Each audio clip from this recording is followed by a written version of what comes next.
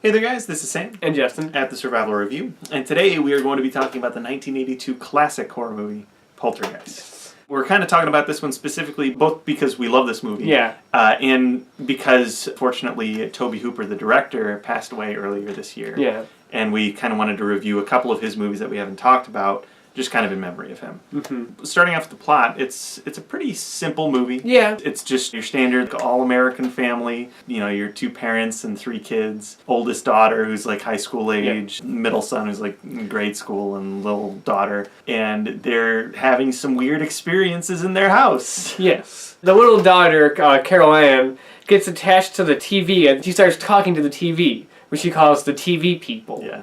And the next day they start experiencing some weird stuff. There's a scene where they find all the chairs are moving around and everything. And then at one point, all hell breaks loose basically, and Carol Ann goes missing. And we don't know where she is. They keep hearing her through the TV. Yes. But you can tell that she's been taken away from some sort of supernatural way, so they have to get her back and find out what's wrong with this house. Yeah. The thing about this movie that I think is so strong is a combination of both the visuals. The visuals are fantastic in this movie. It's very much a Spielberg production. It's got some really memorable scenes. But also, one of the issues I have with a lot of like supernatural movies, a lot of like haunted house movies is, nothing happens. and a lot of movies, there's, they heard a noise, run. In this movie, there is zero doubt that this house is fucking haunted. Yeah. By like 10 minutes into the movie. I mean, the movie does start off a little bit like subtly. A little bit, but it escalates quickly. Yeah. And in a really great way. Yeah, there's no scenes in the movie where they're just like, oh, is our house haunted, or are we just seeing things? No. It's like, no, this house is haunted. There's crazy shit happening left and right. And it's way over the top and really entertaining. Yeah, and also one of the aspects that works about this movie is the family. Yes. I think one of the best parts of this movie is just the first half. We're just seeing this family, living their life, because they're very relatable. Yeah. Craig T. Nelson as the dad is my favorite character. He's so great. I love him. Him being silly in the beginning, to just the middle half where he's all strung out and just like stressed out at the situation. And you can tell like just his face, he's like dead. He's completely wiped because like he's both exhausted from just all the shit that's happening, and he's like terrified that he's never going to see his daughter again. Yeah. And he has the funniest moment in the entire movie where they bring in these paranormal investigators in the middle of the movie, and they're walking over to Carol Ann's room, which is where most of the action is taking place. It was a child's toy. A very small matchbox vehicle, just rolled 7 feet across a linoleum surface. The duration of the event was 7 hours. 7 hours for what?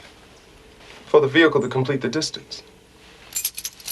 Of course, this would never register on the naked eye, but I have it recorded on Timelapse camera. It's fantastic. Mm-hmm.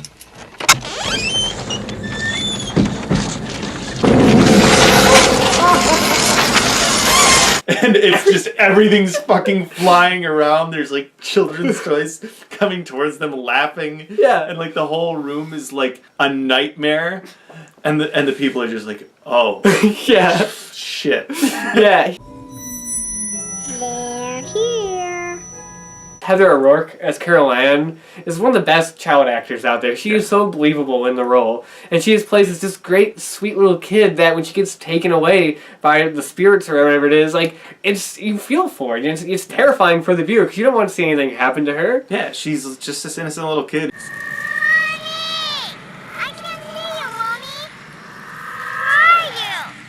She's confused and doesn't know what's going on, and she's stuck in this weird dimension of like a spirit world or something. And it's a really creepy, terrifying concept. And then, of course, one of the most memorable characters of the movie who don't actually come in until like the last half of the film is Zelda Rubinstein's character as this like medium who's there to kind of exorcise the house in a way. Yeah, and she's just a very unique character. Really, really memorable. She's very short and she's got like a really high-pitched voice. Yeah. But a really sort of comforting way. She's this really like just trying to calm everybody down and get them to a point where they can all work together to solve the issue and get Carol Ann back. And even she has some great funny moments. Yeah. I'm going in after her!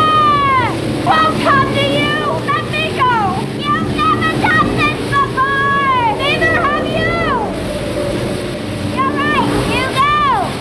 That got a good laugh out of me rewatching it. Yeah. And then one of the things about this movie is that it does feel very Spielbergian, especially with the first half of it being about the family and everything. It has that very 80s Spielberg, like E.T. feel to it. Yeah. The opening scene itself is kind of like prologue type of scene. Is creepy and great. Yeah. And just, of course, like a build-up to what's to come. Very, like, eerie and ominous. But then you get to, like, the initial scene where it's, like, a broad daylight in a nice suburban town. Yeah. And you see this guy riding a bike with a bunch of, like, cans of beer. He's got all this beer and he's dropping it. And he gets knocked over by a remote control car. Kids are knocking him over and he's like, I gotta get to the game. Yeah, and he's holding the beer, like, the one can is spurting out beer and he's just, like, running into the house. That's very Spielberg. Yeah, it is. And it's wonderful stuff. And I know there's a lot of rumors out there that maybe Spielberg actually directed this movie since he was heavily involved in it. He wrote the movie. He was on set like every day. And there's rumors that he actually directed the movie and Hooper was just kind of there to be a name on the credits. And I can see that in some aspects because the movie, again, has a Spielberg feel with the family aspect and everything.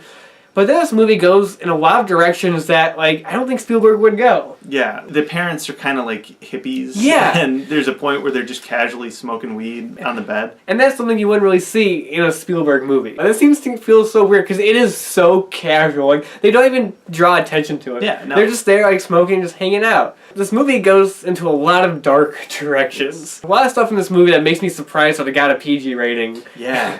Because there's a lot of freak stuff. The most, like, memorable scene in the movie is there's a scene where there's this investigator, and he's at the house late at night. He starts looking for food, and he takes, like, this big, like, steak out of the fridge, and also he looks over and it starts, like, moving. Stuff starts coming out of it, and then he looks at the chicken wing he's eating, and there's... covered in maggots. Yeah. And then he runs to the bathroom. And that's when he looks in the mirror and he sees there's like a cut on his face and he starts like peeling and he just starts peeling his face off.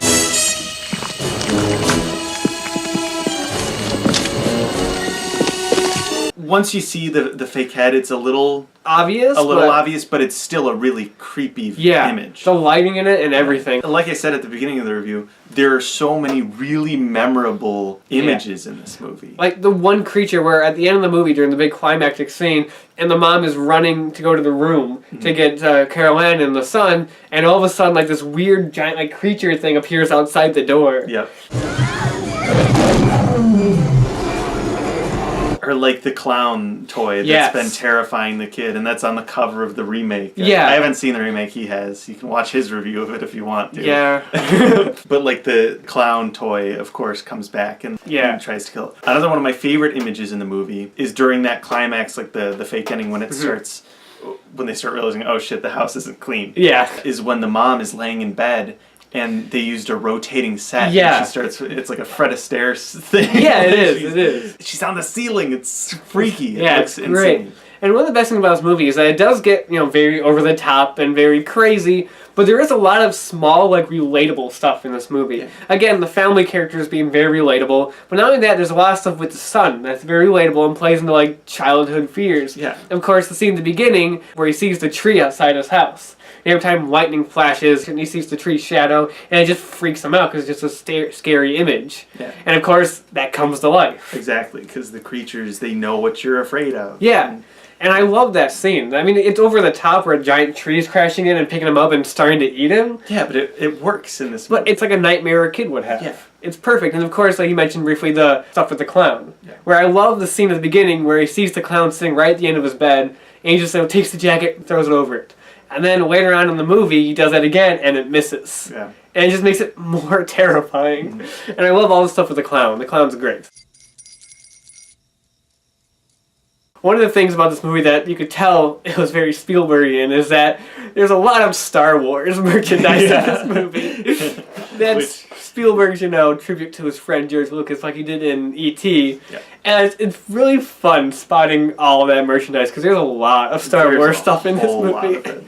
And one thing I feel like was Tobe Hooper's contribution to the kids' room was that there's an Alien poster on the wall. I feel like that's something that Hooper put in. Yeah, based on the character Steven, I think he'd probably let his kids watch it. Yeah, he would. Yeah, definitely. And another character in the movie that shows up like later on in the movie is the Realtor who Steven works for, played by James Karen. Yeah. Who we just love that guy. He's such an entertaining guy. Even when he's playing like this like smarmy kind of businessman type. Yeah, he's great. He's just a scumbag. Like I love the scene where he first goes to see Steven after him being away for a while. Yeah. Weird stuff starts happening in the background, like the piano starts moving and Yeah. like And he's trying to hide it from him. And like the light starts like flickering. He goes, "Oh, you got an electrical problem here." What kind of bulbs you got in there? Yeah. It's just us.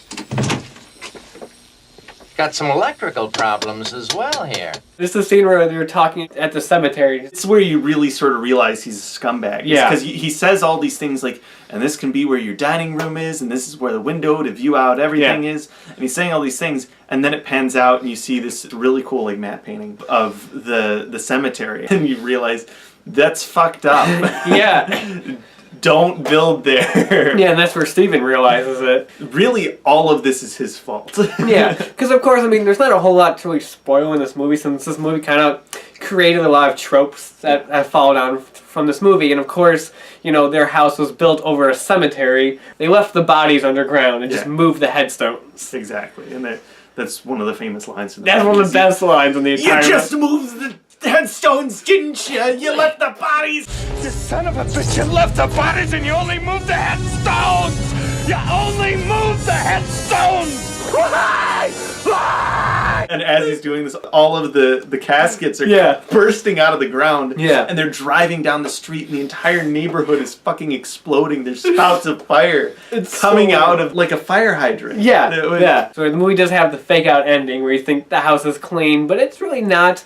And that ending is just so great. Oh, yeah. So over the top and just wonderful. Yeah. And of course, one of the most memorable things is the scene in the pool where the mom falls into the pool and all these skeletons pop up. Which apparently those were real bodies. Yeah, those are real skeletons. Which is terrifying. Yeah, because it adds to the whole thing of these whole movie series being cursed, because a lot of weird stuff has happened to the people involved in these movies. Yeah, that's a whole other thing. Yeah. People have just died. That's just a whole other layer to what makes these movies scary. Yeah. Because it kind of transcends into the real world. Yeah, it does. It's really interesting. This movie just works because it has a lot of tropes, created a lot of those tropes, and just like the feel of the family in this house, it's very relatable and just like entertaining as hell to watch. Even the first half of the movie where there's not a whole lot of supernatural stuff going on, it's fun. It's fun to watch two people battling over the remotes. Yeah. My kids want to watch Mr. Rogers. The game's on. Yeah.